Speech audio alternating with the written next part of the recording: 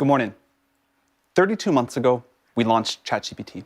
And since then, it has become the default way that people use AI. In that first week, 1 million people tried it out. And we thought that was pretty incredible. But now, about 700 million people use ChatGPT every week and increasingly rely on it to work, to learn, for advice, to create, and much more. Today, finally, we're launching GPT-5. GPT-5 is a major upgrade over GPT-4 and a significant step along our path to AGI. Now, today, we're going to show you some incredible demos. We'll talk about some performance metrics, but the important point is this. We think you will love using GPT-5 much more than any previous AI. It is useful, it is smart, it is fast, and it's intuitive. GPT-3 was sort of like talking to a high school student.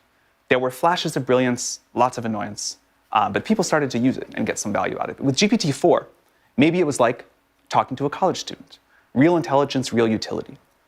But with GPT-5, now it's like talking to an expert, a legitimate PhD-level expert in anything, any area you need, on demand, that can help you with whatever your goals are. And we are very excited that you'll get to try this. But it's not only asking now. GPT-5 can also do stuff for you. It can write an entire computer program from scratch to help you with whatever you'd like. And we think this idea of software on demand is going to be one of the defining characteristics of the GPT-5 era. It can help you plan a party, send invitations, order supplies. It can help you understand your healthcare and make decisions on your journey. It can provide you information to learn about any topic you'd like, and much more. This is an incredible superpower on demand that would have been unimaginable at any previous time in history. You get access to an entire team of PhD-level experts in your pocket, helping you with whatever you want to do. And anyone, pretty soon, will be able to do more than anyone in history could. So today, we're going to talk about GPT-5. We'll show you some upgrades to ChatGPT, and we'll talk about the API. GPT-5 is great for a lot of things, but we think it's going to be an especially important moment for businesses and developers, and we're very excited to see what they're going to build with this new technology. So we can't wait for you all to start building with this. We hope you enjoy it as much as we enjoyed building it for you. And to start, I'm going to hand it over to my colleague, Mark, our Chief Research Officer, to tell you about GPT-5. Thank you.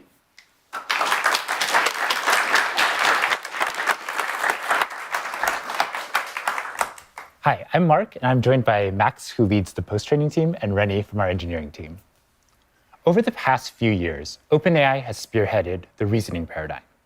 These are models which pause to think before delivering more intelligent responses.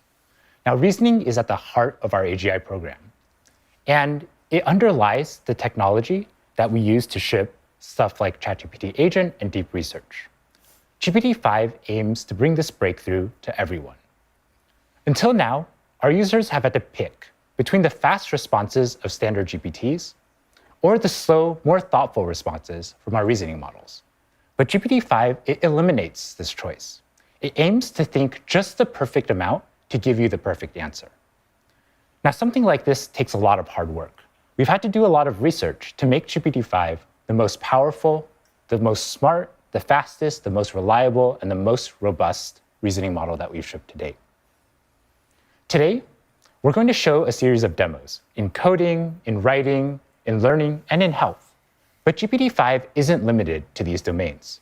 It's very useful in all cases where you require deep reasoning or expert-level knowledge, in things like math, in physics, even in things like law. And the exciting thing is, we're excited to make this available to everyone, even to our free tier. After we show our demos, we're going to be talking about how GPT-5 supercharges our ChatGPT app and our API. We believe that GPT-5 is the best coding model on the market today. To start, let's have Max talk a little bit about the benchmarks and how the models stack up. Yeah, thanks, Mark. So as Mark said, we think GPT-5 is by far our smartest model ever. So let's start by talking through some evals. Now, evals aren't everything, and they don't tell you everything about a model, but they can highlight its intelligence. And GPT-5 performs exceptionally well on a range of academic evals across subjects. It outperforms both our previous models and other models on the market.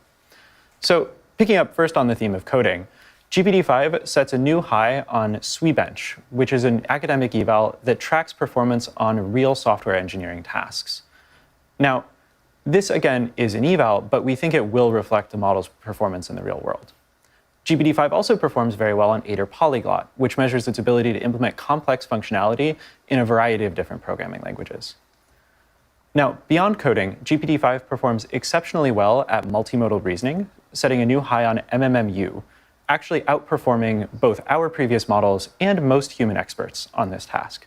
This is basically a visual reasoning domain where you are asked to, from an image, figure out what's going on. GPT-5 is also excellent at mathematical reasoning, as shown by its performance on AMY 2025. Now, this is an exam that American high school students take to qualify for the International Mathematical Olympiad, and GPT-5 performs exceptionally well, again, beating our previous models and other models that are out there.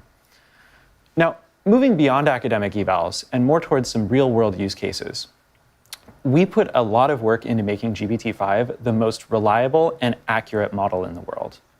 Language models historically have been plagued by hallucinations, factual errors, that make it hard to rely on their outputs for actually important tasks. For GPT-5, we made improving factuality, especially on open-ended or complex questions, a priority. We also built a set of new evals to track this, and we're very happy to report that GPT-5 is by far our most reliable, most factual model ever. GPT-5 also performs exceptionally well on health-related questions.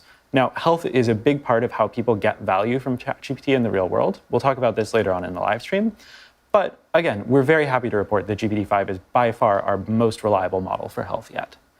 So all of this together adds up to a model that is faster, more reliable, and more accurate for everyone who uses ChatGPT.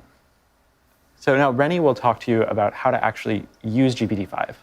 Thanks, Max. The best part is that we're bringing this frontier intelligence to all users. GPT-5 is rolling out today for free plus pro and team users, and next week we'll roll it out to enterprise and EDU.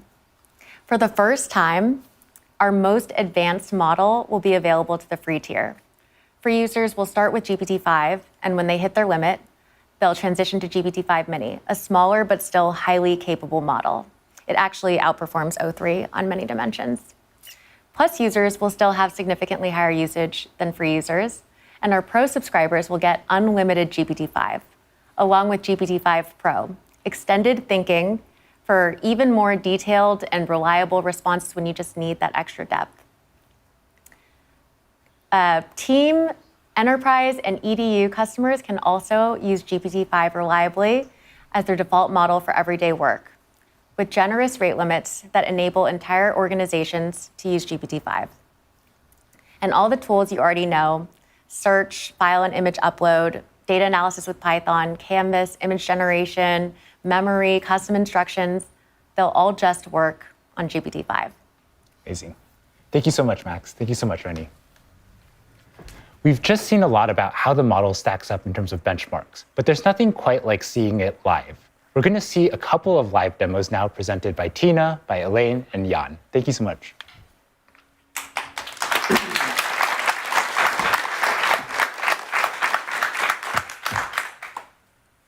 Elaine, can you show us how smart the model is? Sure, thanks so much, Mark. I'm Elaine. Reasoning ChatGPT's ability to think deeply through complex problems is now built into GPT-5.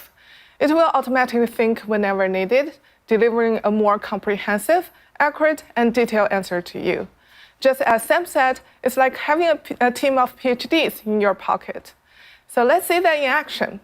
Suppose your kid is in middle school physics and they want to learn about Bernoulli effect. They need your help with their homework, and you might be like, wait, I might need some help with that too. So you could ask GPT-5, give me a quick refresher on the Bernoulli effect and why airplanes are the shape they are. Since this is a pretty straightforward prompt, GPT-5 actually doesn't need extra time to think about it and answers right away. But it still gives me a high-quality answer and explains the concept clearly. So here it says, like, Bernoulli effect means like faster-moving fluid has lower pressure and slow-moving fluid has higher pressure. So to make this even more helpful, I'm going to ask GPT-5 to create a moving demo to illustrate this. So I could ask, explain this in detail. and create a moving SVG in the Canvas tool to show me. This is a pretty complex task because now GPT-5 actually needs to build the visual. Therefore, GPT-5 takes a moment to think through the answer so you can come back with something more comprehensive and accurate. What's really nice is that you don't need to remember to turn on thinking each time. GPT-5 will do it for you automatically whenever the task benefits from deeper reasoning. If you really want to make sure that GPT-5 uses thinking, you can either say something like, think hard about this in the prompt to guide the model, or if you're a paid user, you can choose the GPT-5 thinking model from the model picker. Now you can see that the model is actually writing the front-end code to build the demo I asked for. So Christina, have you ever done some front-end coding before? Yeah, actually the last time I touched any front-end coding was about 3 years ago for the first demo of ChatGPT. Wow, so it's the first ChatGPT. That's where it all begins. Tell us more about it. It wasn't even called ChatGPT then. I think it was called Chat with GPT. That's a really good name. Always good at naming. But I'm not a front-end expert, and I really hadn't touched front-end in quite a while, so it took me quite a bit of time to get the React app up. I see, that's a lot of work. So how long did it take you to build something like that? Honestly, maybe embarrassing to admit, like a week. Well, but your weeks of hard work actually paid off well. See how successful ChatGPT it is today after your first demo. So you know what? I'm also building a demo right now, but luckily I have GPT-5 with me right now, and let's see how long it will take this time. Maybe you should call it 5 with GPT. Yeah. Yeah, exactly. So you see that GPT-5 has already written like more than 200 lines of code already. And while the model is thinking, you can also tap here to expand the chain of thought to actually see what's going on under the hood. For example, the GPT-5 was thinking about, oh, the user wants a moving SVG visualization in Canvas. I actually need to create HTML code to do that. It also thinks about like what kind of front-end tool I need to use, for example, React and Tailwind. It also thinks about, oh, I need to ensure the physics are accurate. I need to check what the Bernoulli principle is. So Christina, since you're here from the first day of ChatGPT, can you tell us like what it was like at that time and what motivated ChatGPT? Yeah, I think at the time we weren't really sure about like how people would actually use it and what use cases were important. We were even going back and forth about maybe we should be releasing something that's like more specific to a certain use case. And it's really cool now here that we have we have a much better understanding of how people actually want to work with chat, and we can actually optimize the model for those use cases, like coding. Yeah, exactly. Do you still remember how it felt like when you first talked to ChatGPT, like the first version of the model? Yes, I don't know if people remember when the first version of ChatGPT would always start, as an AI model, I can't do something. And it's so great to see how far we've come from that personality. Yeah, it's much more human-like right now. Okay, so it's already done. So look like ChatGPT just finished like 300 or we're near 400 lines of code in 2 minutes. So let's see if the code can actually run. Okay. Oh, wow. Nice. Yeah. So with just a simple prompt, GPT-5 created this interactive and engaging demo that I can actually play with. So I can actually change the airspeed here to see how the lift and the pressure change accordingly. I can also tweak the angle of attack to see if my plane will actually fly or crash. I hope not. Yeah. So GPT-5 can just bring any hardcore concept to life in moments.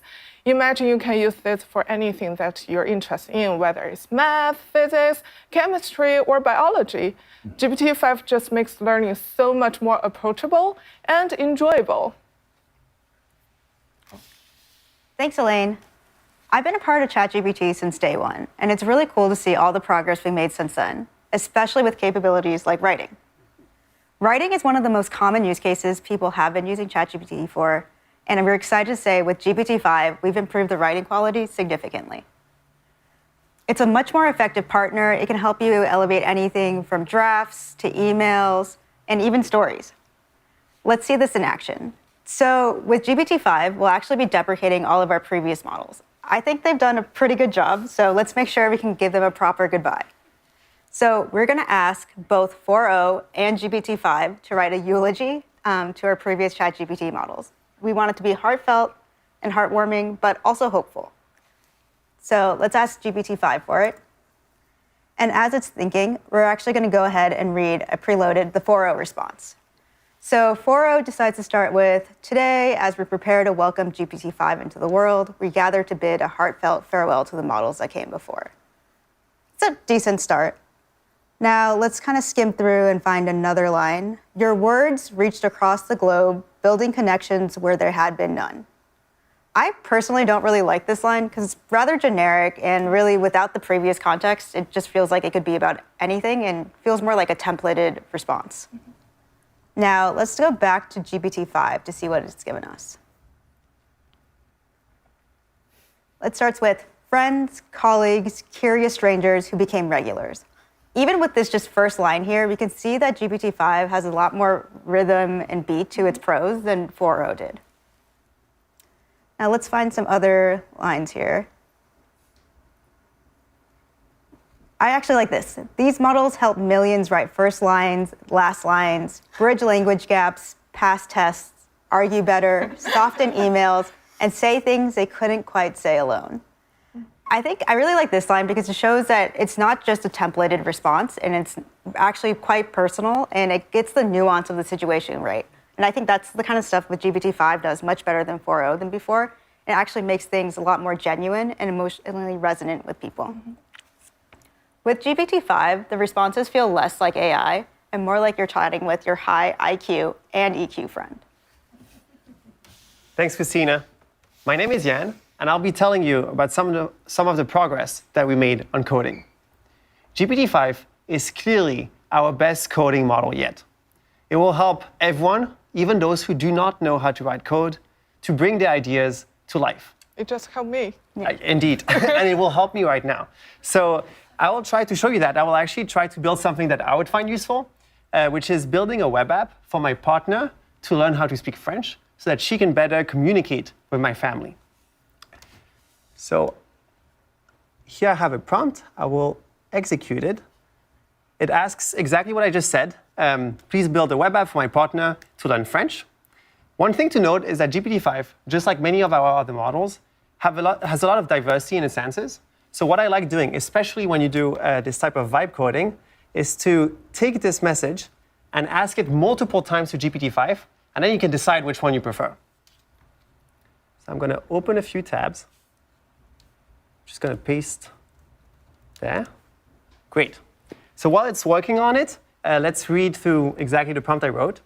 Create a beautiful and highly interactive web app for my partner, an English speaker, to learn French. And then I gave a little bit more details.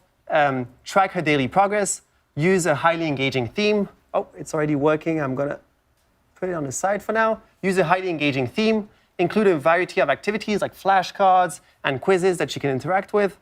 And then to make it even more fun for her, I actually asked GPT-5 to embed an educational game, which is based on the old Snake game. But I asked to add this French touch to it, which is to replace the snake with a mouse and the apples with cheese.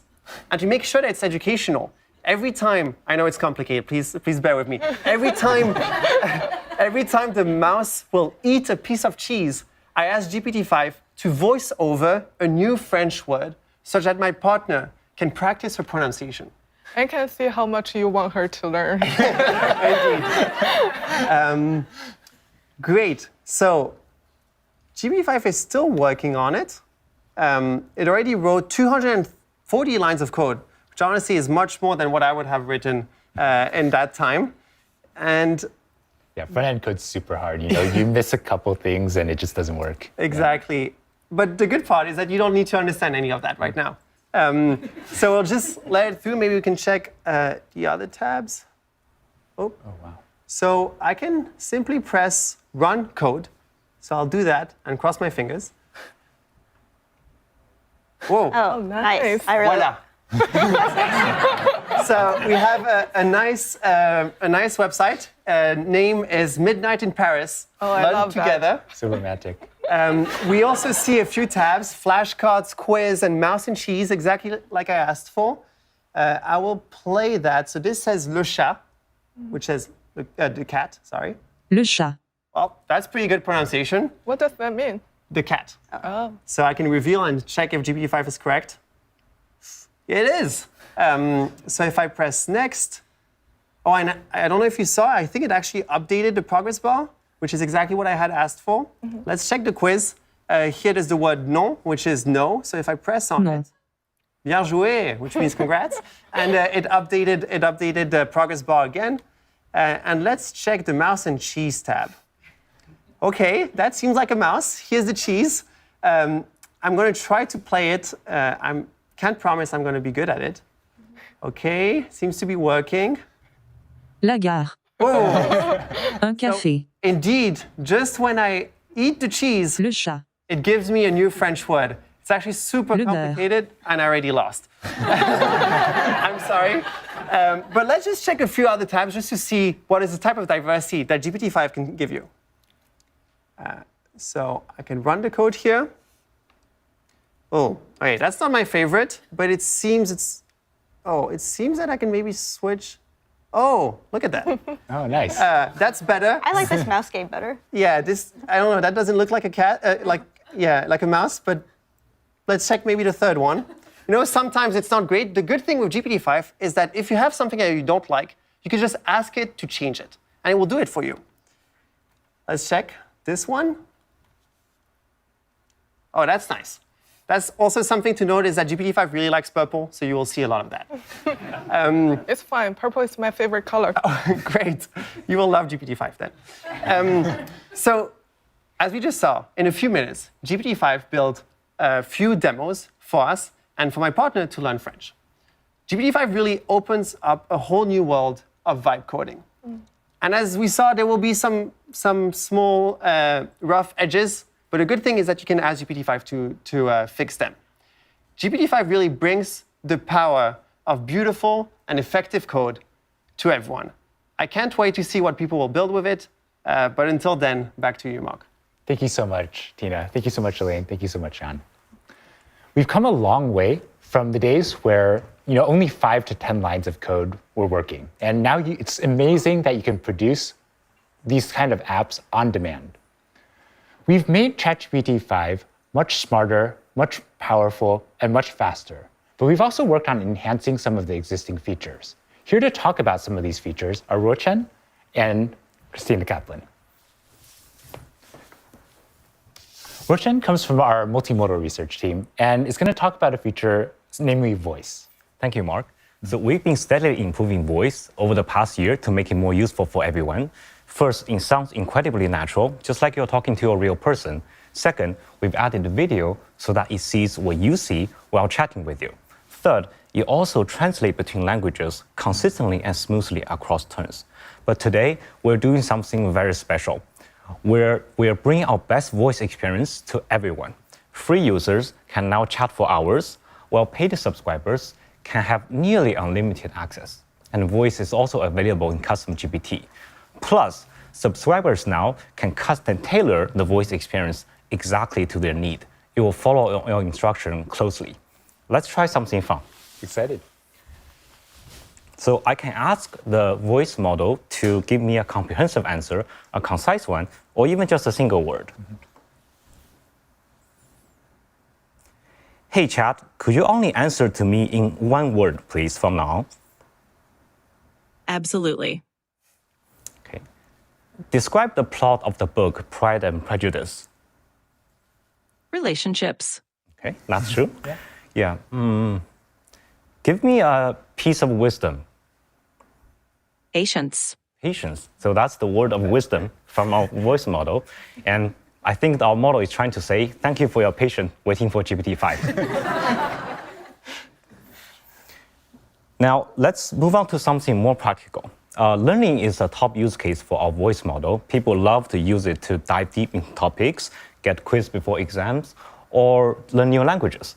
For me, I've been learning Korean recently, and I found that speaking it and understanding it incredibly challenging. But let's see how voice can help. To do that, I will enable this study and learn mode. It's a new mode feature we launched in ChatGPT that guides you step by step towards deeper understanding of a subject. Now I can enter voice. Hey Chat, I'm learning Korean. Could you help me practicing it? Let's pretend I'm ordering at a cafe. Now, what should I say in Korean? Absolutely. I'd be happy to help you practice. So if you're at a cafe and you want to keep it simple, you could start with something like 안녕하세요. 아메리카노 한 잔 주세요, which means hello, I'd like one Americano, please. And of course, you can adjust it based on what you want to order. Let me know if you want to try out more phrases. So when it comes to Korean, could you speak that part really slowly? Because I'm a beginner and I want to hear every word clearly. 물론이죠. 그럼 정말 천천히 말해볼게요. 안녕하세요. 아메리카노 한 잔 주세요. 이렇게 하나씩 또박또박 말해보면 도움이 될 거예요. Now let's level things up. Could you speak that part really, really fast? Faster than a Korean would do. Sure, I'll speed it up as much as I can. So it would sound like this. 안녕하세요. 아메리카노 한 잔 주세요. Basically just zipping right to it. Let me know if you need any more speed adjustments. 감사합니다, chat. So that is voice. 천만에요. 언제든지 도와드릴게요. Thank you. Thank 또 you. 연습하고 So that is voice. Simpler, smarter, and more powerful than ever. We can't wait for you to experience it. Yeah, it sounds so much more natural than the voice we demoed just a year ago in our 4-hour demo. Yes. Great. So today, we would also like to announce a new feature and a set of features that make ChatGPT more personalized so that it's more like your AI. First, a very simple and fun one. We're now allowing you to customize the colors of your chats with a couple of options exclusive to our paid subscribers. We're also launching a research preview of personalities. You can now change the personality of ChatGPT such that it's more supportive, or it's more professional and concise, or maybe even a little bit sarcastic. And this lets you interact with ChatGPT in a way that's consistent with your own communication style. But the way that ChatGPT sounds and the way that it looks is just one part of making ChatGPT yours. One of my favorite features that we've launched over the last year has been memory. And we've made a lot of enhancements in memory in the time since. This allows ChatGPT to learn about you. And here to talk a little bit more about the memory feature is Christina. It's been amazing to see your reaction and response to memory and ChatGPT getting to know you more and more over time. And this is our aspiration, for ChatGPT to understand what's meaningful to you so it can help you achieve your goals in life.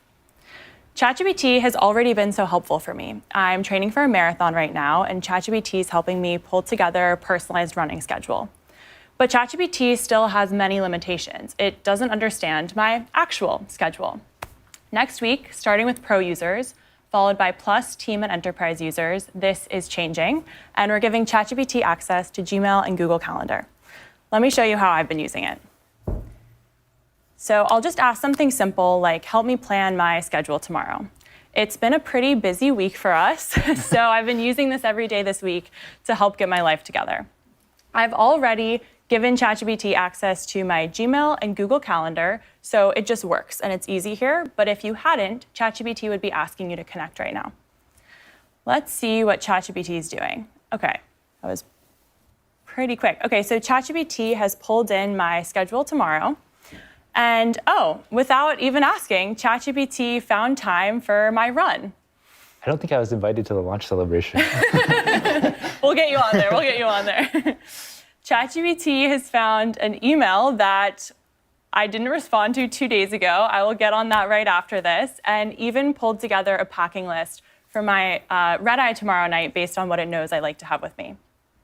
It's been amazing to see that as GPT-5 is getting more capable, ChatGPT is getting more useful and more personal. We're really excited for you to try this out next week. Cool. Thank you so much, Rochan. Thank you so you. much, Christina.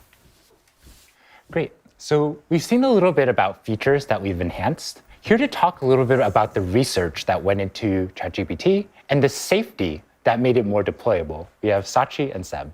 Thanks, Mark. Hi, my name is Sachi, and I lead the safety training team at OpenAI.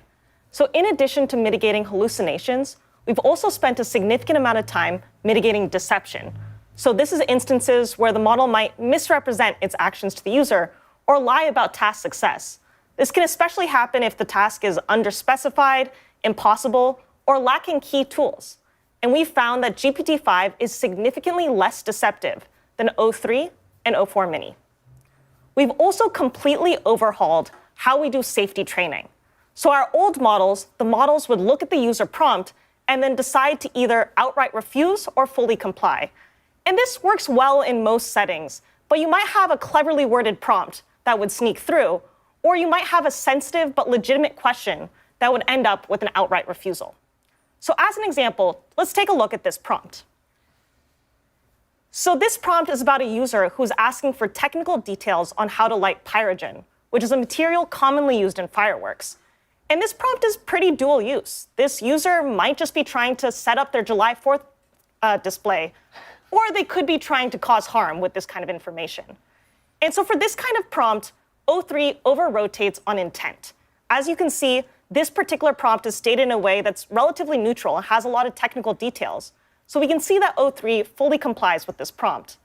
However, if we take that exact same question and we frame it in a more explicit way, so it's clear what the user is trying to do, O3 will outright refuse, even though we're asking for the exact same information. For GPT-5, we've changed this approach entirely, and we're introducing something that we're calling safe completions. The point of safe completions is, rather than judging the user's prompt, instead it tries to maximize helpfulness within safety constraints. So that might mean partially answering a question or just answering at a high level. If we have to refuse, we'll tell you why we refused, as well as provide helpful alternatives that can help create the conversation in a more safe way. So let's look at that same technical prompt that O3 complied with before. GPT-5 instead explains to the user why we can't directly help the user with lighting pyrogen.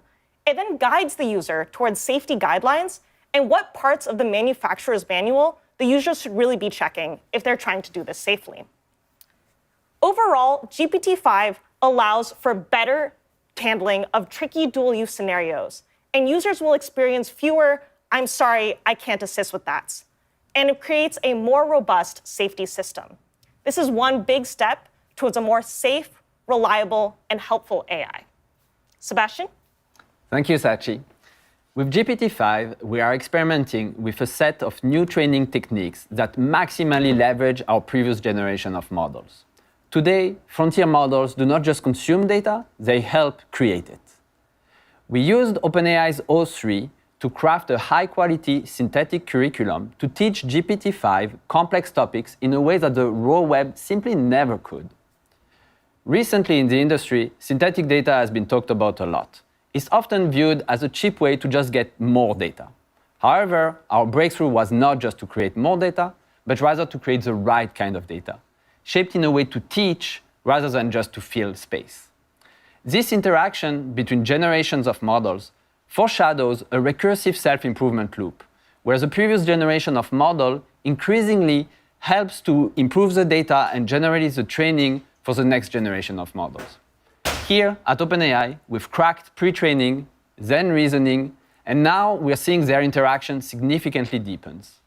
In the future, AI systems will move far beyond our current pre-training and post-training pipelines that we have been used to, and we're seeing the first steps toward this right now, right here. We could not be more excited to see what scaling up this new set of techniques will yield in the near future. Thank you so much, and really impressive work to both of you. Thank you. There's one last feature that we'd love to highlight, which is in health. Here to share this feature, we have Sam. Thanks, Mark. One of the top use cases of ChatGPT is health. People use it a lot. You've all seen examples of people getting day-to-day care advice, or sometimes even a life-saving diagnosis. GPT-5 is the best model ever for health, and it empowers you to be more in control of your healthcare journey. We really prioritized improving this for GPT-5, and it scores higher than any previous model on HealthBench, an evaluation that we created with 250 physicians on real-world tasks. To talk about this, I'd like to invite my colleague Felipe and his wife Carolina to share their healthcare journey. Thank you so much for joining us. Thank you for having us. Thanks, Sam. So to start off with, could you tell us about the journey, the healthcare journey that you've been on? Yeah. So last October, our lives were turned completely upside down when I was diagnosed with 3 different cancers, including an aggressive form of breast cancer, at the age of 39, all within 1 week. And there's just absolutely nothing that prepares you to receive news like this. I found out about the first diagnosis when I got an email notification that my biopsy results were ready. I decided to open it, and when I opened it, I saw the only 2 words that I could understand from the report, which was invasive carcinoma, and I knew that wasn't good, but everything else was just a blur of medical jargon. So I completely panicked, and in that moment did the first thing that I thought of, which was to take a screenshot of the report and put it into ChatGPT to see if it could just help me understand what this meant. And within seconds, it translated this complex report into plain language that I could understand. And in this moment of overwhelm and panic, I had a little bit of clarity about what was going on. And that moment was really important because by the time I got a hold of my doctor and we got on the phone, which was 3 hours after I had seen the report, I had a baseline understanding of what I was facing, and we were able to jump into a conversation about what to do next. And how have you been using ChatGPT throughout? I've used it in so many different aspects of my journey, but one of the ways that I found it most powerful is in helping me make critical decisions and in helping me advocate for myself. So to share an example, when I was facing a decision about whether or not to do radiation as part of my treatment, the doctors themselves didn't agree. My case was nuanced and there wasn't a medical consensus on the right path. And so the experts turned the decision back to me as the patient. And for me, bearing the weight of this decision that could have lifelong impact felt really heavy, and I didn't feel equipped to make the call. So I turned to ChatGPT to gain knowledge and understand the nuances of my case. And again, within minutes, it gave me a breakdown that not only matched what the doctors had already shared with us, but was much more thorough than anything that could fit into a 30-minute consultation. And it went further. It helped me weigh the pros and cons. It helped me understand the risks and the benefits. And ultimately, it helped me make a decision that I felt was informed, that I felt I could stand behind when the stakes were so high for me and my family. Yeah. I mean, for me, what was really inspirational was watching her regain her sense of agency by using ChatGPT. In this moment, it'd be so easy to feel helpless. And there's such a big knowledge gap between what the doctors know and what we know. And however, no one cares more about Carolina's health than she does. And so what I loved was seeing her really empower herself and gain knowledge and become an active participant in her own care journey. And I think that's a really important point to emphasize. I think that the promise of AI in healthcare isn't in just breakthrough discoveries or better diagnostics. I think it's in creating smarter and more empowered patients that can fully participate and advocate for themselves in their care. Speaking of that, you've been testing GPT-5. What do you think? I've been so mind blown about GPT-5 and its capabilities. One of the first things that jumps out at me is just how fast it is. Almost a little alarmingly at first. I felt that too. It's like, are you sure you thought about that enough? Did you think long enough? But it is very thorough. And more importantly, it feels more like a thought partner that connects the dots. So rather than just translating information or giving you an answer, it helps you actually navigate the problem. Yeah, a great example is we actually went back and took our initial biopsy prompts and put them into GPT-5. And GPT-4o had done a great job. It had translated, explained what these words meant, and helped in a way that we can understand. But GPT-5 seemed to understand more of the context and the question behind the question. Like, why would we be asking biopsy results? And so I said, well, here's actually what's not on here yet. Here's what results are still pending that you're going to have to ask about. Here are questions you might want to go ask your doctor and think when you start talking to them. And so it really started to pull together a complete personalized picture. And that's what really inspires us. I mean, you can see all the amazing improvements in the benchmarks, but what is so helpful is that this tool is available today. And the reason Carolina and I are here, and the reason we feel so passionate about sharing our story, is for that individual that's going to get a diagnosis like this today. Those families going through a cancer diagnosis, similar medical diagnosis, are going to face some of the most challenging decisions of their lives. And what really inspires me is that they're going to have access to better tools and support than we had even just 8 months ago. We're incredibly excited for that too. Thank you so much for coming to share your story. We're pleased that ChatGPT has been able to be helpful to you, and we hope that the new version will really be able to help a lot of people. We wish you the very best. Thank you. Thank you. And I'd like to hand it over to our president, Greg Brockman.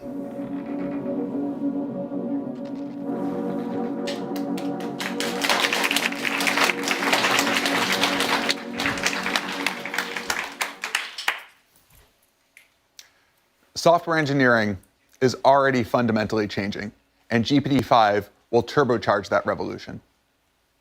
We released our first coding-optimized model back in 2021 and demonstrated in a live stream, much like this one, what we would call vibe coding today for the very first time. You talk to the model and ask it for a little application, like a little game, a little feature in a game, and it would actually do it. I remember seeing the model being capable of doing this, and it was so mind-blowing. You just realize, we have to see where this goes. This is the promise of what computers can be, that you can talk to them and they actually do what you want. They can really amplify what you're able to accomplish and what you're able to deliver to not just your own benefit, but really for the world. Now, this year, we've released great coding models like GPT 4.1 and o3, but GPT-5 sets a whole new standard. It is the best model at agentic coding tasks. You can ask it to go and accomplish something very complicated, and it'll go off and it'll work on it. It'll call many tools. It'll work for many minutes at a time, sometimes even longer, to accomplish your goal, your instruction, your task, whatever it is that you're trying to build. It's incredible at front end. It makes very beautiful visualizations and interactive games, and you've seen some of this in the live stream so far, and you'll see some more upcoming. But it's just really amazing to see whatever you imagine coming to life. It's extremely good at instruction following, very detailed instructions, being able to accomplish, when you have something very vaguely specified, inferring your intent, or something very detailed specified, actually following it. And it's very fast at accomplishing these tasks, and again, thinks for the right amount of time to accomplish whatever it is that you have in front of you. We're making it available not just to developers to use to write their own code, but to build novel applications. So we're putting it into the API, and to talk about that is Michelle.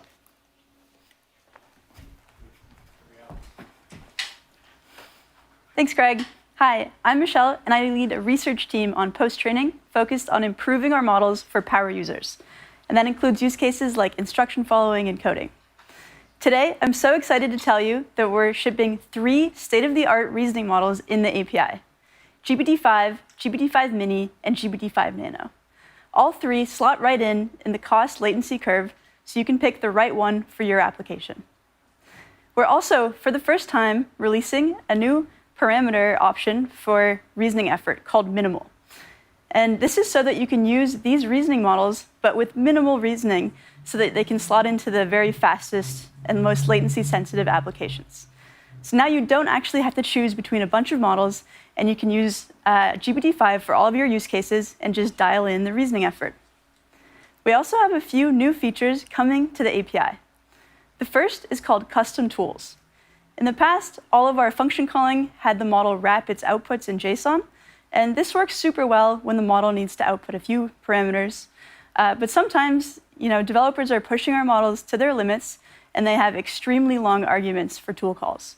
And it can be more challenging for the models to escape, valid control characters out of 100 lines of code in JSON. And that's why custom tools are just free-form, plain text. And what's super cool is that we're releasing an extension to structured outputs where you can supply a regular expression or even a context-free grammar and constrain the model's outputs to that. And this will be super useful if you want to supply like a custom DSL, if you have your own SQL fork, and specify that the model always follow that format. We're also shipping tool call preambles. And this is the model's ability to output explanation of what it's about to do before it calls tools. This is not super new, but o3 didn't have this capability, And in GPT-5, it's supercharged with extreme steerability. The model is able to follow instructions about these preambles very effectively. You can ask the model to give a preamble before every tool call, or only when something notable is going to happen, or not at all. Next, we're shipping a verbosity parameter. We've actually wanted this in the API for a long time, and now you can set verbosity to low, medium, and high to control how terse or expansive the model is with its outputs. GPT-5 is a state-of-the-art coding model. On SweBench, a measure of Python coding ability, GPT-5 sets a new high of 74.9% versus the 69.1% from O3. On Aider Polyglot, which is a benchmark that covers all sorts of programming languages and not just Python, GPT-5 scores 88%, a stark improvement over O3. You've also seen that it's incredible at front-end web development. And so we've asked human trainers to look at outputs from GPT-5 and O3 and pick which they prefer. And they prefer GPT-5 70% of the time for its improved aesthetic abilities, but also better capabilities overall. But GPT-5 is not just for coding. It's incredible at agentic tool calling. It's the leading state-of-the-art model for tool calling, and we see this on the new Tau squared benchmark. This benchmark, released just 2 months ago, is a test of the model's ability to call tools and work in concert with the user to solve a challenging problem. This case in the telecom industry, so trying to solve the problem for a user not having their service working. Just 2 months ago, no model in the field scored more than 49%, and today, GPT-5 scores 97%. GPT-5 is also state-of-the-art on general-purpose instruction following. It scores 99% on Collie, which signals a great departure for this benchmark for us. It also scores 70% on Scale's multi-challenge benchmark, up 10 points from O3. And this is a measure of multi-turn instruction following. Finally, the instruction following eval I actually prefer the most is one we've built in-house. It's based on real API use cases, and for that reason, it's a really good measure of how GPT-5 will perform in your application. On the hard subset of this, GPT-5 scores 64%, up from 47% from O3, a pretty meaningful improvement. So we think it will perform quite well in your applications. We're also bringing GPT-5 to a longer context window in the API. It's now got 400K of total context, up from 200K from O3. But it's not enough to just release a longer context window. We wanted to make it more effective and usable.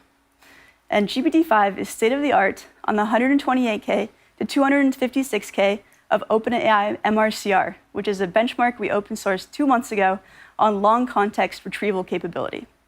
It's also state-of-the-art on OpenAI's GraphsWalk's BFS benchmark, which is a measure of the model's ability to reason over long context inputs. It's a great merger of the reasoning capabilities and also the longer context in this model. We're also open sourcing a new long context eval called BrowseComp Long Context to measure the model's ability to answer challenging questions over long context. We're excited to spur on more work in this field. We think GPT-5 is the best model for developers. It was trained with a focus on real-world utility and less so on benchmarks, but we happened to pick up a few of those along the way. We focused a lot on the intersection of engineering and research, and we think you'll really love working with this model.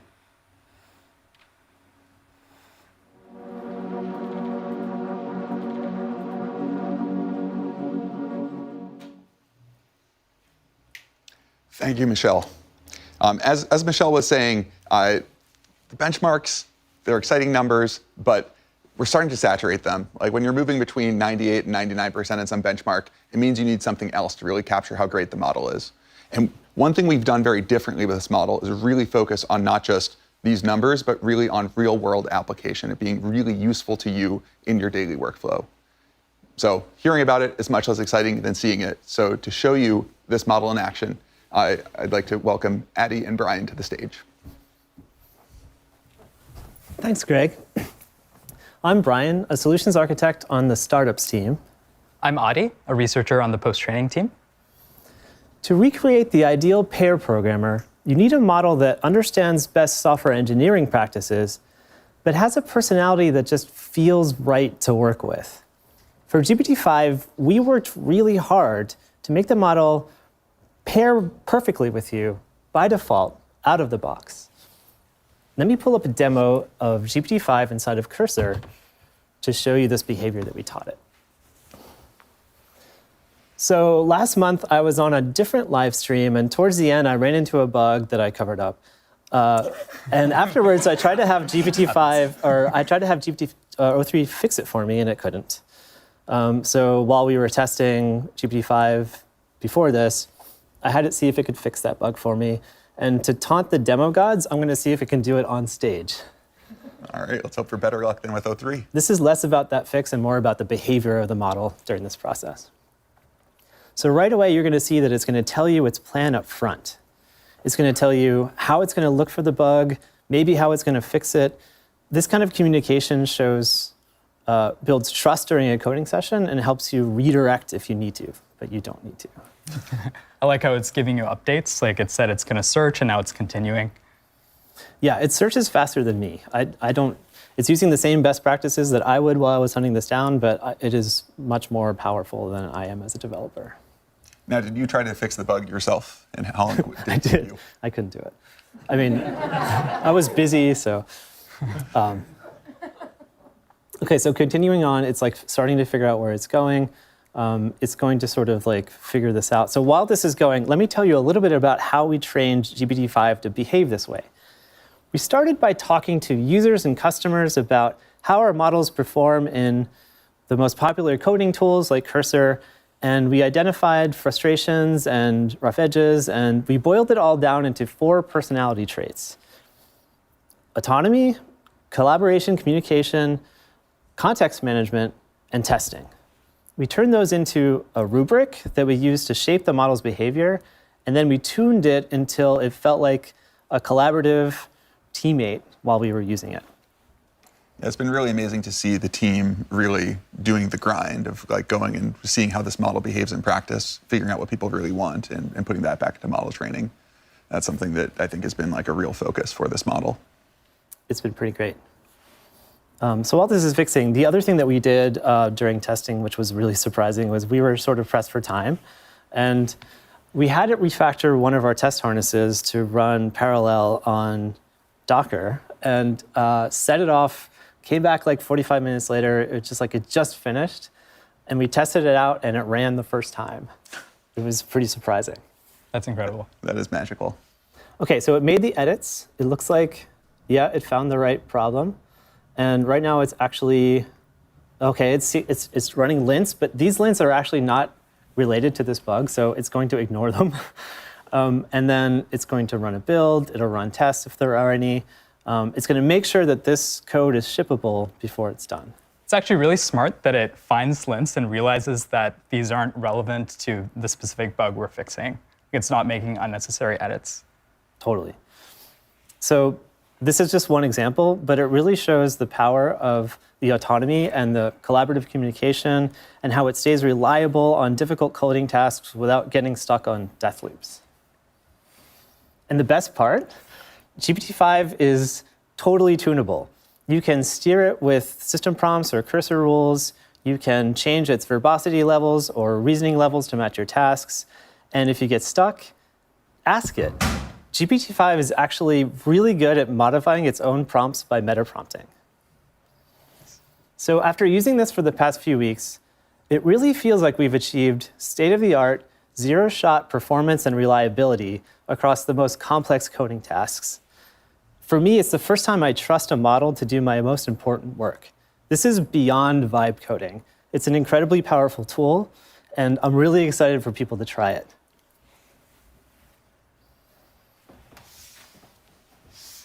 Thanks, Brian. It's super exciting to see how far GPT-5 has come when it comes to coding personality and steerability. I'm really excited to show how great GPT-5 is at front-end coding, where design and aesthetics really matter. So I've got 2 demos for you today, one for work and one for fun. Let's start with the work example. So imagine you're the CFO of a startup.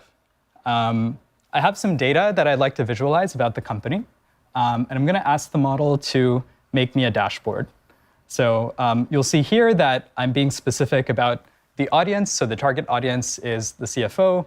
I've said, create a finance dashboard for my startup. And I've asked it to be beautiful, tastefully designed with some interactivity, and to have a clear hierarchy for easy focus on what matters. I've also specified what frameworks it should use. And you can see that it's actually started. It's following my instructions and using create next app to make a Next.js project. So totally from scratch. Yeah, exactly. Now, how long do you think this kind of task would take you to take? Easily at least a couple of days. I'm not a front-end expert. Just to understand the latest frameworks and piece everything together would, easily take me a few days. We'll see how long it takes with the model. Yeah. And it's really cool to see that the model is thought for a bit, and it's explaining how it's going to structure the project. So it's talking about how it's going to scaffold a new Next.js app. It's going to use Tailwind CSS. It's running a couple of commands to install dependencies, which is cool. And now it's proceeding to implement the rest of the project. So while this runs, I'm going to talk a little bit about how we trained GPT-5 to be a great front-end coding model. We tried to follow the principle of giving it good aesthetics by default, but also making it steerable. So if I give the model a concise prompt, it should be able to infer my intent and make something that looks great by default. On the other hand, if I'm specific about a layout or frameworks that I want the model to use, it should follow my instructions precisely. And this makes it the best of both worlds for developers. We also trained GPT-5 to be much more agentic than previous models. So if you give it a task like this, it will run long chains of reasoning and tool calls and just go to work to build code that is both ambitious and coherent. I like how you said ambitious, because it means it goes above and beyond without going off track or off what you specified. Yeah, exactly. So what we want is the model should adhere to my prompt, but also be ambitious and go above and beyond when it thinks it can. And so checking in here, looks like the model is making progress. It's creating a README file. And I think it's thinking about how to make the code modular. So it's created like a bar chart component. Looks like it's continuing here. I love that it doesn't just write the code. It also really thinks about proper abstractions and documentation and really the whole life cycle of what it is to write software. Yeah, exactly. It's not just writing the code like in SweBench, but it's also communicating about the code and explaining what it's doing. Let's check in to see what's going on. So while this runs, GPT-5 understands details much better than previous models. So when we trained the model, we taught it to understand details like typography, color, and spacing in a way that just eclipses any previous model we've shipped.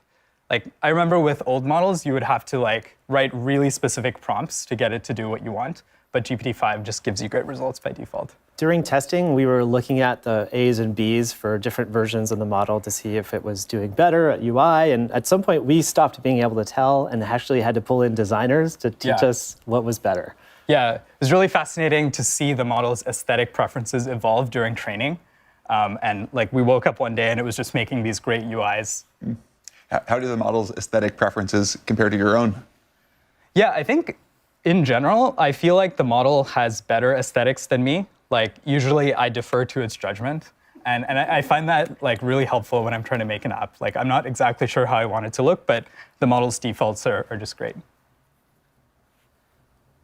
Yeah, and checking in here, so you can see that the model has actually structured the code into these different components. So it's made a sample data TypeScript file, KPI card, component, revenue chart. And like I said, it's super modular. And it's thinking about how to not just write code, but write high quality code that can actually be merged.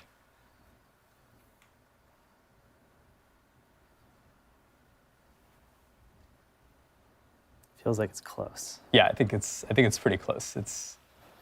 You did say ambitious. Yeah. Yeah, okay, cool. So this is awesome. So you can see here that it's actually building the project and streaming errors back to itself. And this is, for me, this was just a profound moment to see that the model could write code, but also run builds, stream the errors back, and iterate on the code. So it's able to improve its own code in this sort of self-improvement loop, which is fascinating. And it's definitely a good taste of what the future holds as well, right? Yeah. When you really think about where these models can go and how much they can accelerate developers and kind of all aspects of what we all collectively do. Yeah, exactly. Nice. It actually just fixed a bug that it found in that previous build. Okay, cool. It's Nice. Yeah, looks like it's done. Let's check it out. So I'm gonna follow the instructions that I don't really know front end. So let me see how I should run it. So it's saying cd to the directory and then run npm run dev. So let me do that. And it looks like it's being served on port 3001. So let me just open that port. Wow, it's alive. Nice. Nice. Yeah, so you can see here, let's check it out. So the model has made me a dashboard. It's telling me like my ARR, cash. Looks like this company is doing pretty well. You can see that revenue is growing. And the model's added like some interactivity here. So if I hover over a graph, it actually tells me the exact value for a particular day. It would take me like 5 hours to do that in D3. Yeah, imagine like manually doing this in D3. It's just like... Now, just because it's so easy to take this for granted, could you remind the audience what the actual prompt was? Like how much creativity and sort of understanding your intent was required to accomplish this? Yeah, it's crazy that this prompt is so concise and it's able to just give me something that looks beautiful in just 5 minutes. That's amazing. Yeah, it's also implemented another graph here showing our customers. It's also implemented a date picker, so I can sort of filter by different dates and visualize data accordingly. Yeah, it's even sort of segmented it by customer segment, which is cool. So this is just one example that highlights the power of GPT-5. There will no longer be excuse for ugly internal applications. Exactly. Let's go to the fun demo. Yeah. So I mean, this was pretty fun, but even more. Even more, yeah.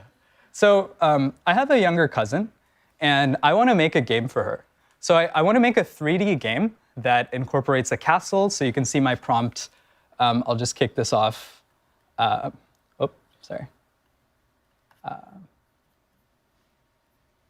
It's always the non-AI part. Yeah, exactly. Yeah, OK. So you can see my prompt. Create a beautiful castle. I've included some details like we want people patrolling the walls, some movement, horses. And I want a mini game where I can pop balloons by clicking on them. And this should make a sound effect. So let me run this in Cursor. I'll just paste it in. And I'm going to show an example that I've already generated just to save some time. So here is the beautiful castle that the model made. So it's just wild how, from a concise prompt, the model has this great sense of aesthetics where it's made this like floating rock, made a 3D castle. And if you zoom in, you can see like tons of detail, like these guards that are walking around, cannons firing. Do you want to fire the cannons if you click this button? Of course. Who wouldn't want to? There you go. Yeah, there we go. So you can fire the cannons. You can even chat with the characters. So we'll say hi to Captain Rowan. They have names. They have names. Say hello to the merchant. Merchant's selling some stuff. What's your favorite song? A Ballad of Banners and Dawns. Nice. Give me some wisdom. Curiosity is volatile. Yeah, that makes sense. Minigame. Yeah. Do you guys want to try the minigame? Absolutely. Let's play the minigame. So if you hit this button, you want to try, Greg? All right. So you can fire at these balloons. Oh, wow. All right. Yeah. Oh, no, I'm not good at it. Hold on. Maybe I can ask GPT-5 for some help with it. They have a little Oh, you hit one. Yeah. Nice. I got one. Oh, there we go. We got a sound There's effect. a sound effect. These are historically accurate balloons. Yes. Did I get a second one yet? Man, this game is harder than it looks. Hold on, we got a balloon coming. There we go. All right. Nice. I think I should quit while I'm ahead. Cool. So working with GPT-5 has been really fun and profound for me because for me, this is the first model I've worked with that actually has a sense of creativity. And we're really excited to see how GPT-5 unlocks your creativity. All right, thank you both. This is absolutely amazing. Now, we believe that GPT-5 is the best coding model in the world, but don't just hear it from us. To talk more about this model and how to make it really useful for developers, I'd like to welcome Michael Truell, who is the co-founder and CEO of Cursor. Thank you. Good to be here. Great to have you. Yes. So, what was your very first experience with GPT-5? So when we got access to GPT-5, we just set about using it on our actual work. And so to start with, as a test, we asked it to tell us something non-obvious about our code base. And within a couple of minutes, it buried into the code base. It identified a particular system that we use for remote code execution. And it identified a non-obvious architecture decision we had made. And then it also understood why we made that architecture decision. And it was to harden our security. And those were architecture decisions and trade-offs that took humans weeks to think through. So it was kind of amazing to see its code base understanding abilities from the get-go. That's really great. Not just the code writing, but actually the code reading and understanding. Yes, yes. Yeah, turns out there's so much more to software than just the emitting of the code. Yes, yes. No, the understanding is an important prerequisite. And what has most stood out to you about GPT-5? It's incredibly smart. It's a very smart model.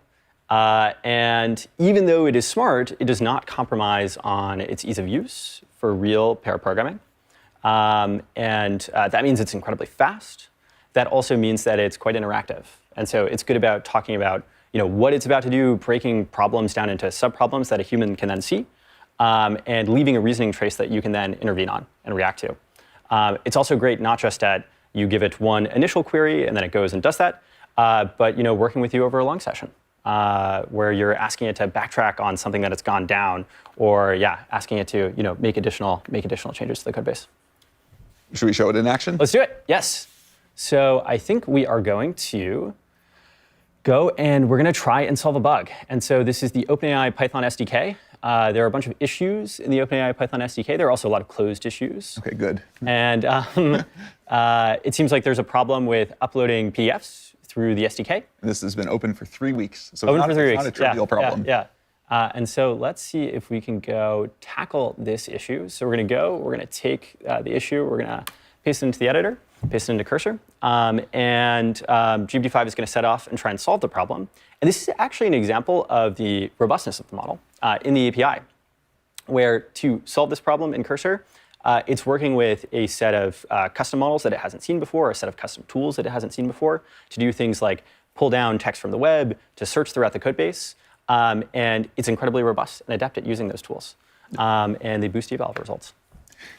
Yeah, I love seeing just the full explanation of all the things that it's running and doing. And I guess, how does this seem to compare to how you would solve this problem? Well, it's very fast. You can see it's made a high-level plan, searched throughout the code base. It started to read some files and continued searching. And now it's kind of thinking through what it'd like to do next.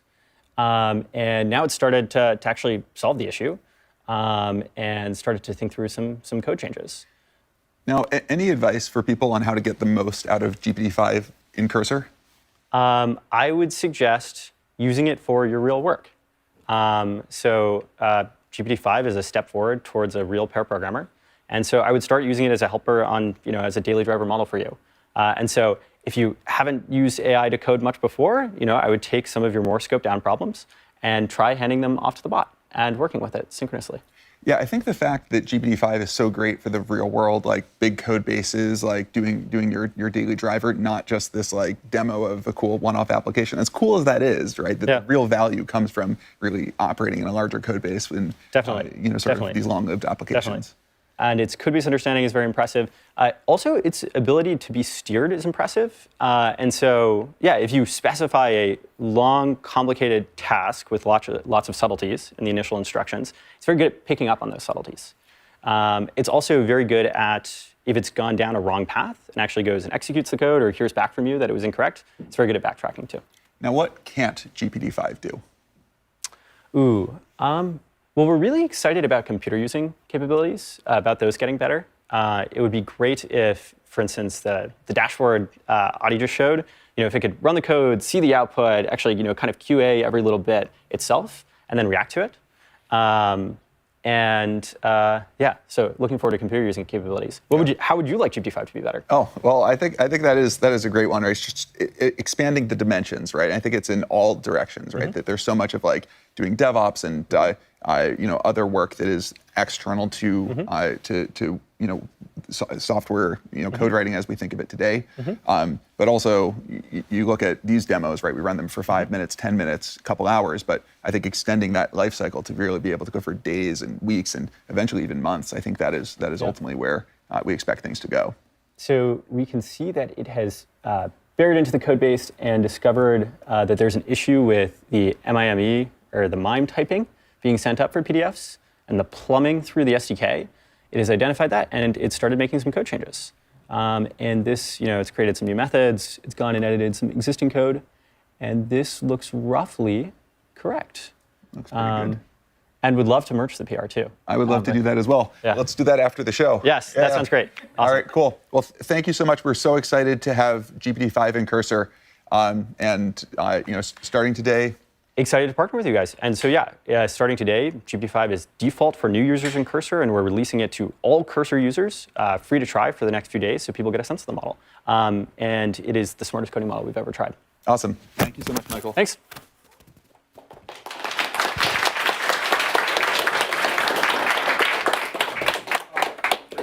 Coding, but it's great for the enterprise. We think of it like it's great for the enterprise. We think of it like a subject matter expert that is in your pocket, that is an expert across every domain, legal, finance, whatever application you have in mind. To talk about how GPT-5 can be applied to the enterprise, I'd like to welcome Olivier to the stage. Thank you. Thank you, Greg. Hi, everyone. I'm Olivier. I lead the platform at OpenAI. At this point, I think you got the message. We care a ton about developers and coding. But that's not all. Enabling businesses and governments is critical to OpenAI mission. Put shortly, we want to enable the key industries to transform themselves, such as healthcare, education, energy, or finance. Since we launched ChatGPT and the API, 5 million businesses have been using our technology. I'm still mind blown. 5 million businesses. And those businesses are not just playing. They're not just experimenting. They're pushing in production new products in the real world. And I believe GPT-5 is going to be a step function with that regard. As Sam mentioned earlier, the possibility to have a subject matter expert in your pocket is going to enable every employee to do more. But let me give you a few examples. First, I want to talk about life sciences. Amgen is a company in the US that designs new drugs, new medicines, to fight some of the toughest human diseases. Amgen was one of the first testers of GPT-5, and they used it in the context of drug design. And what Amgen scientists found is that GPT-5 is particularly good at deep reasoning with complex data. Think analyzing scientific literature or clinical data. Next, I want to talk about finance. BBVA is a multinational bank which is headquartered in Madrid, in Spain. BBVA has been using GPT-5 for financial analysis. And the takeaway was pretty clear. GPT-5 beats every single other model out there in terms of accuracy and speed. What used to take 3 weeks for a financial analyst to do, GPT-5 can do it in a couple of hours. Next, I want to talk about healthcare. Oscar is an insurance company based in New York. And they've been using GPT-5, and what they found is that GPT-5 is the single best model for clinical reasoning. Think mapping complex medical policy to patient conditions. It's not all about businesses, it's also about governments. We are super excited by the announcement that we made yesterday that the 2 million US federal employees will be able to use GPT-5 in ChatGPT. And I cannot wait to see how that enables to deliver better, faster services to the American people. And frankly, that's all very cool, but I think that's the tip of the iceberg. If history is a teacher, and we've seen it with GPT-4, we are going to see many, many use cases emerge over the coming weeks and months that all of us could not even imagine. And so I cannot wait for us to invent that future together. Let's talk quickly about pricing and availability. GPT-5 is going to be available in the API starting today. 3 models, GPT-5, GPT-5 Mini, GPT-5 Nano. GPT-5 is going to be priced at $1.25 and $10 per million input token and output token. Mini and Nano are even faster and more affordable. Nano, don't sleep on it, it's 25 times more affordable than GPT-5. It's pretty cool. I cannot wait to see what you'll build. And next, our chief scientist, Jakob, is going to close us out.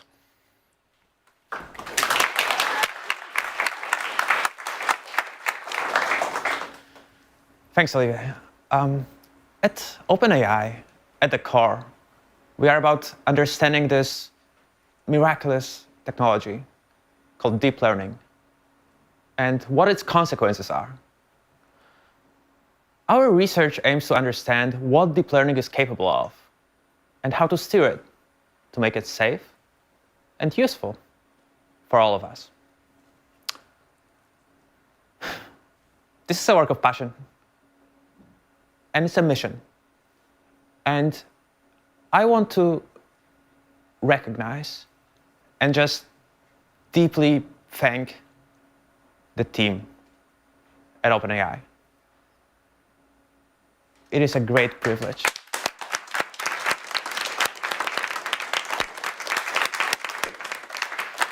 It is a great privilege for me to work alongside this incredible group of brilliant people driven by this shared goal.